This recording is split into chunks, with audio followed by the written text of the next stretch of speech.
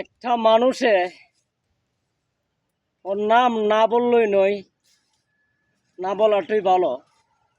আমারে একটা প্রশ্ন করছিল, বলে ভাই আপনার বাড়ি কোথায়? আমি বলছিলাম আমার বাড়ি হলো ব্রাহ্মণবাড়িয়া।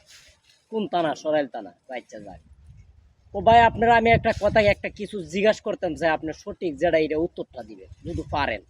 আমি বললাম ভাই দেখেন, আমি এত বুঝনাদার মানুষও না, আর আমি ছোট জ্ঞানের মানুষ। আচ্ছা আপনি কি করবেন করেন, সমস্যা না। আমি তাতে যদি সম্ভব তাহলে আমি উত্তরটা দিব, আর যদি না পারি তো আমি বলবো বলে ভাই ভাই আমি পারছি না।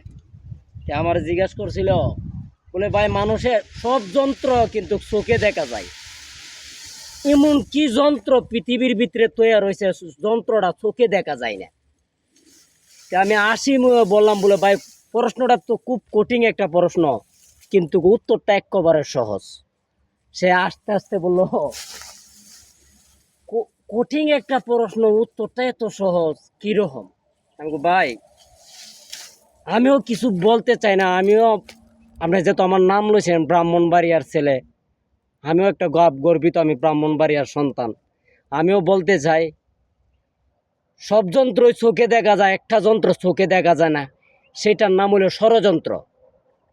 যদি আমার কথা যদি সত্য যদি হয়ে যদি থাকে, সঠিক যদি হয়ে থাকে, ষড়যন্ত্র দেখা যায় না চোখে। আমার ব্রাহ্মণবাড়িয়ার ভাই বাদারেরা যারা যারা আছেন, আমার কমেন্ট বক্সে বলে যাবেন।